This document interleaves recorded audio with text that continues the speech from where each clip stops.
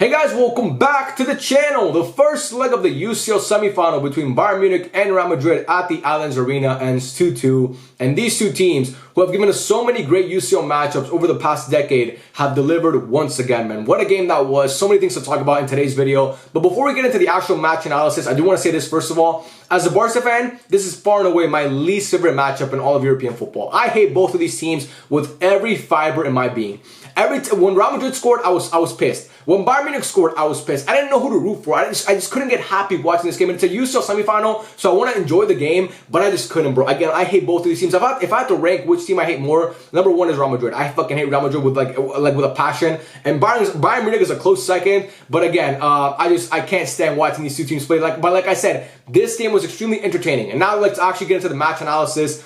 This game started off, it was all Bayern Munich, man. The first 20 minutes, they were putting on that pressure. They nearly scored 40 seconds in. I mean, Leroy Sané had a chance to score that goal. He had a one-on-one against Lunin. It was a tough angle, but still, you should be converting that in my opinion. But Lunin makes a great save with his foot. And it looked like I was getting flashbacks of the game against Man City. And I thought Real Madrid were going to concede early on and have to fight an uphill battle. But obviously, like I said, Lunin makes that save. And Bayern Munich, every time they went forward in that first 20 minutes, they were putting on the pressure. They were like slicing through that Real Madrid back line. And they look really, really threatening. But then Madrid, like they always fucking do in this competition, when you think they're dead and they're not playing well, they come out with a moment of brilliance. And that's what Toni Kroos did today. I mean, he picks up the ball in midfield and just plays one pass that knifes through the whole Bayern Munich back line, like hot knife through butter, and finds Vini perfectly. The weight on that pass is so perfect, man. And Vini, he obviously finds him in stride. In my opinion, Manuel Neuer is one of the best goalkeepers of all time. And in my opinion, he's the best goalkeeper of all time. And far and away, in my opinion, the best goalkeeper of his generation. But he should be doing better there. He should be coming out for that ball. You had plenty of time to react to that ball,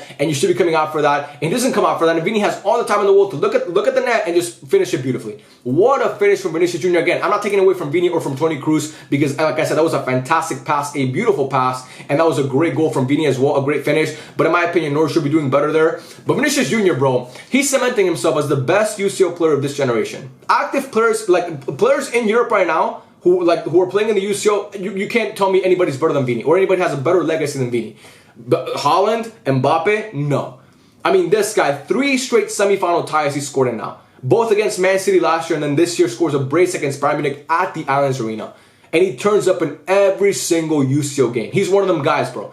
Like the great ones in the UCL games, they step up. And this guy, I mean, Vinicius Jr. is already one of the best players in the world as it is. But in the UCL, he takes it up to another level. And every time he had the ball today, he looks so threatening. The best Madrid attacker by far, in my opinion, because his 2 running mates, Rodrigo and Bellingham, in my opinion, were not good today.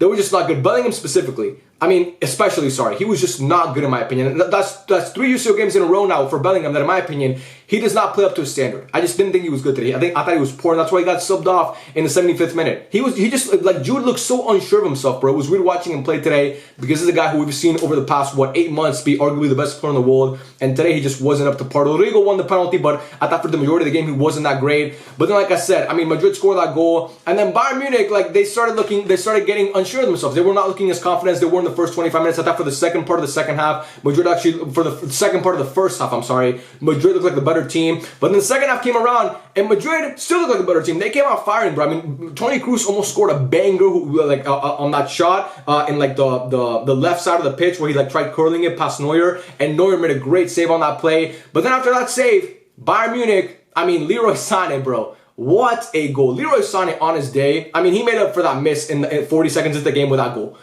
What a goal, bro. The way he gets into the box. And they say they say keepers should not be getting beat at their near post.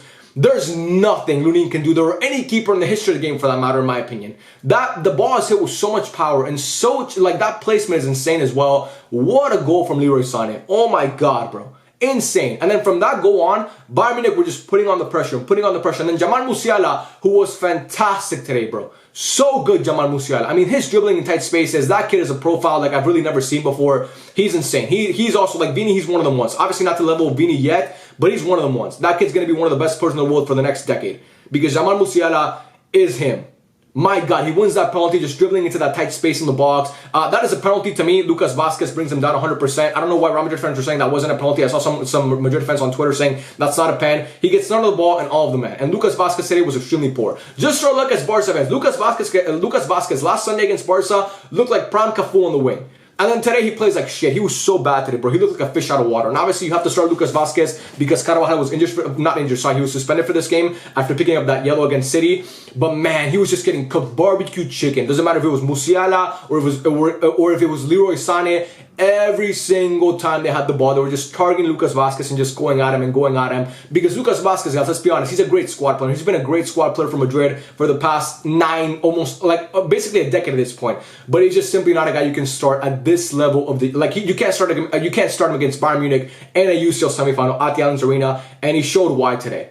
Against Barca. Looks like prime Cafu, but against Bayern Munich in this stage, it was just too big for him, and the lights were too bright, and it showed today. But then, yeah, Bayern Munich scored that goal. Harry Kane converts. I thought Harry Kane was good today, but not great. Obviously, got that penalty, but still, I think his general play wasn't really that great. Harry Kane has this weird tendency where he wants to drop deep and spray these balls to the wingers, and it never finds the winger, bro. Like, he just wants to drop deep and, like, pass that ball, like, that no-look ball to the kind of, like, Messi-esque, and it never works. It just never works. Again, I wanted to point that out because I see that all the time. Every time I watch Bayern Munich play, I see Harry Kane drop deep and try and play that ball, but it just doesn't really ever work out for him.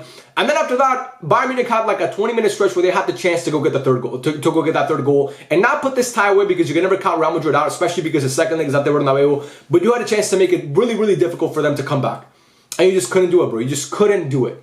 And then Real Madrid, they gotta go again, bro, because they're not gonna fucking lose these games because. I don't know why, bro. Every single time they fucking find a way to score a goal, whether it's a penalty or whatever it is. And that was obviously a penalty, in my opinion, by Kim Min-jae. Similar to the Lucas Vazquez one, there's no debate here. Both of them were stonewall penalties, sorry. He gets none of the ball and all of the men. I mean, he literally is grabbing Rodrigo. That's as clear a penalty as you'll get. And obviously, Vini converts it to secure his brace.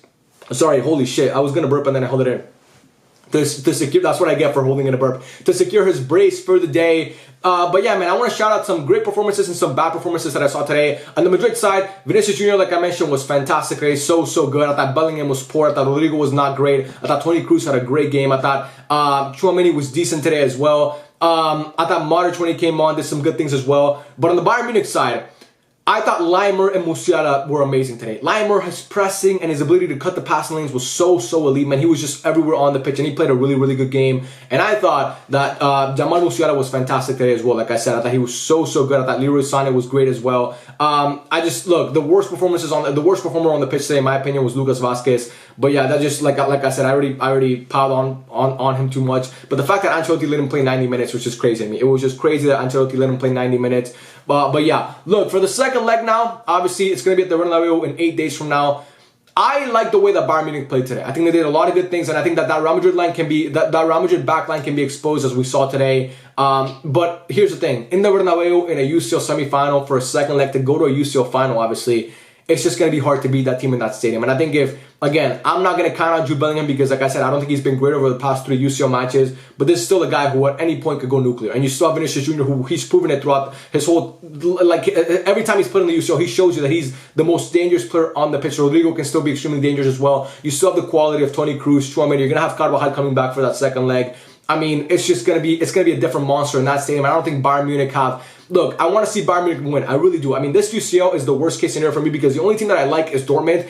And I don't even want Dortmund to go through because I want it to be an entertaining final. So I'd rather see PSG, but I also don't want to see PSG go through. And if it's a PSG Bayern Munich final, I don't want to root for any of them. And if it's a PSG Real Madrid final, it's even fucking worse. So this UCL for me, it's terrible. Like, it's the worst case scenario no matter who goes through, in my opinion. But like I said, I think Real Madrid has struck. Again, I hate to say this because I don't like the team at all, but I think Real Madrid are going to go through. And I think that they're just going to find a way to win. They're going to find a way to win the same way they found a way to win at the Etihad against Man City. Because today, you could say that Bayern Munich were the better team for maybe 70% of that game, or maybe 60%, and they still didn't get a win in their stadium. They still couldn't get a win in their own stadium against Real Madrid. So to go to the Bernabeu and get that win, it's not going to be easy, man. It's really not going to be easy. And yeah, look, today also showed that individual brilliance is key, man. We saw the goals today that were scored. I mean, the first was individual brilliance from Toni Kroos to play that ball, who continues to show that he's one of the best midfielders in the world. It's like, Toni Kroos is not even that old. I thought he was like 37. He's like 33, I'm pretty sure, 34. I mean, the guy is still so good. One of the best in the world, if not the best in the world. I mean, he's been so elite for the past year and a half. And we saw the goal for Bayern Munich. I mean, that was individual brilliance from Leroy Sané, and that penalty that Bayern, like the penalties that they won, that was individual brilliance from Jamal Musiala to win that penalty, and that penalty that Rodrigo wins, that was a great pass from Vini to help him win that penalty as well. So it's just individual brilliance, and these two teams have a lot of quality, especially in that attack. So yeah, we're gonna see how it goes. It's gonna be a firework festival. This to me is the final. This to me is the UCL final. Whatever team wins this game, whatever team wins this tie, will win the UCL final. But yeah, we'll have to see how the players come out and play next week. I think Harry Kane, if Bayern Munich want to go through, they need Harry Kane to be better. They need Harry Kane to be better, and if Real Madrid want to go through, they need Bellingham to be better. I think those two guys, those two Englishmen that are obviously in contention for the Ballon d'Or, have to come up big for Real Madrid. They actually want to go through to Wembley Stadium on June 1st and play that final against either PSG or Dortmund. But again, we'll see when that happens. Let me know what you guys think in the comment section down below. Who do you think was a great player today? Who do you think played great today? Who do you think was subpar today? Who do you guys want to see go through to the semifinal? If you're a Barca fan, I know hate both of these teams. But if you're a fan of any other team outside Bayern Munich and Real Madrid, let me know in the comment section down below. I'd love to hear it. And yeah, man, I love every single one of you. Thank you so much for watching, and I'll catch you guys on the next one. Peace out.